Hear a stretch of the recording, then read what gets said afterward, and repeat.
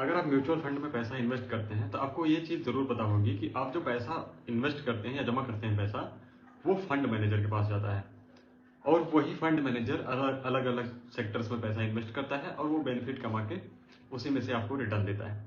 तो ये चीज़ आप खुद क्यों नहीं कर सकते? तो आज की वीडियो में हम यही जानने वाले हैं कि आप खुद फंड मैनेजर कैसे बन सकते हैं और अपने फंड को खुद कैसे मैनेज कर सकते हैं। तो वीडियो को कंप्लीट जरूर देखें। तो सबसे पहले जानते हैं कि फंड मैनेजर बनने के फायदे क्या हैं। देखो, इसमें पहले सबसे पहला जो फायदा है वो है कि अपने पैसों पे आपका फुल कंट्रोल रहता है। आप जब चाहें जहां चाहें वहां इन्वेस्ट कर सकते हैं, जिस स्टॉक में चाहें, जिस एफडी में चाहें, जिस गवर्नमेंट बॉन्ड्स में चाहें आप इन्वेस्ट कर सकते हैं। दूसरा यहाँ पे ये है कि जो फंड मैनेजर और जो एडवाइजर होते हैं इनकी फीस भी हाई होती है। तो वही जो फीस आप वहां पे फंड मैनेजर को देने वाले हैं वही पैसे से आप अपना इन्वेस्टमेंट कर सकते हैं। इसके बाद इसमें आप अपना गोल और रिस्क टॉलरेंस के हिसाब से आप अपना खुद डिसीजन ले सकते हैं कि किसमें पैसा इन्वेस्ट करना है। तो ये सारी चीज़ों में आप खुद डिसाइड कर सकते हैं कि कहाँ पे पैसा इन्वेस्ट कर। देखो, मैं ये नहीं कह रहा कि आप म्यूचुअल फंड में पैसा इन्वेस्ट मत करो। देखो, म्यूचुअल फंड में जो चीज़ें हैं वो चीज़ें हम खुद नहीं कर सकते।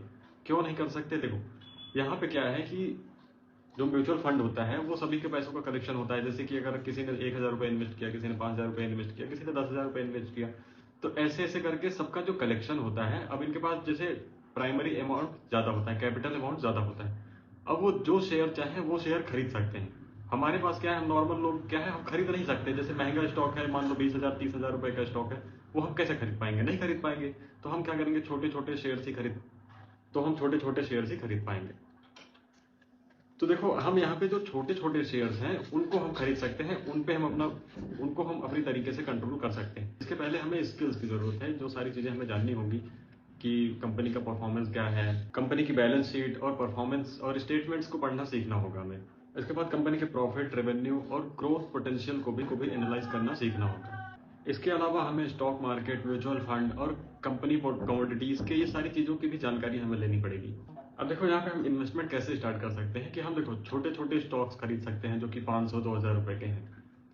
लेकिन ये जो हम स्टॉक्स खरीदते हैं, ऐसा नहीं कि एक ही सेक्टर में इन्वेस्ट करते चले जाएं या एक ही कंपनी में इन्वेस्ट करते चले जाएं। जैसे मान लो कि बैंकिंग कोई कंपनी है या कोई बैंक है, उसका शेयर आप खरीदते चले जा रहे हैं, पूरा पैसा एक ही शेयर में खरीदते चले जा रहे हैं, एक ही कंपनी का।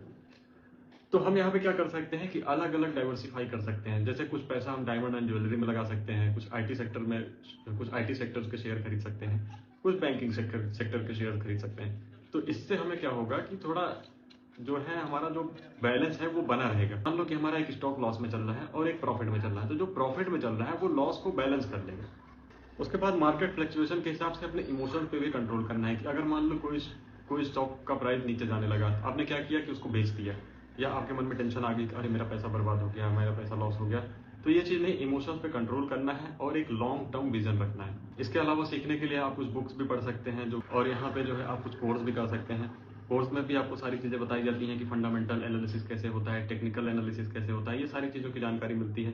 तो इससे आप किसी भी शेयर को खरीदने से पहले एक अच्छा डिसीजन ले सकते हैं और सारी रिसर्च कर सकते हैं। इसके अलावा जैसे ट्रेडिंग टूल जैसे ग्रो, जीरोधा और उसके बाद अपना मनी कंट्रोल, ये सारी साइट्स पे जाके डेली आप एनालिसिस करें कि कौन सी कंपनी का क्या स्टेटस है, ये सारी चीज़ों का पता चलता रहेगा। अब देखो, आप अपने पोर्टफोलियो को कुछ इस तरीके से मैनेज कर सकते हैं, जैसे कि आप 50% लार्ज कैप और मिड कैप के स्टॉक्स खरीद सकते हैं। इसके बाद 30% डेब्ट फंड में जैसे गवर्नमेंट बॉन्ड्स, एफडीज, ये सारी चीजों में पैसा इन्वेस्ट कर सकते हैं। 10% गोल्ड या ईटीएफ, ये सारी चीजों में पैसा इन्वेस्ट कर सकते हैं। फंड मैनेजर बनने का मतलब है कि अपनी फाइनेंशियल डिसीजन का खुद जिम्मेदार होना।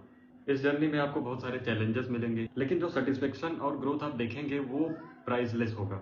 और अगर आपको वीडियो पसंद आई हो तो वीडियो को लाइक कर देना, चैनल को भी सब्सक्राइब कर देना। मिलता है अगले वीडियो में, तब तक के लिए bye bye and take care.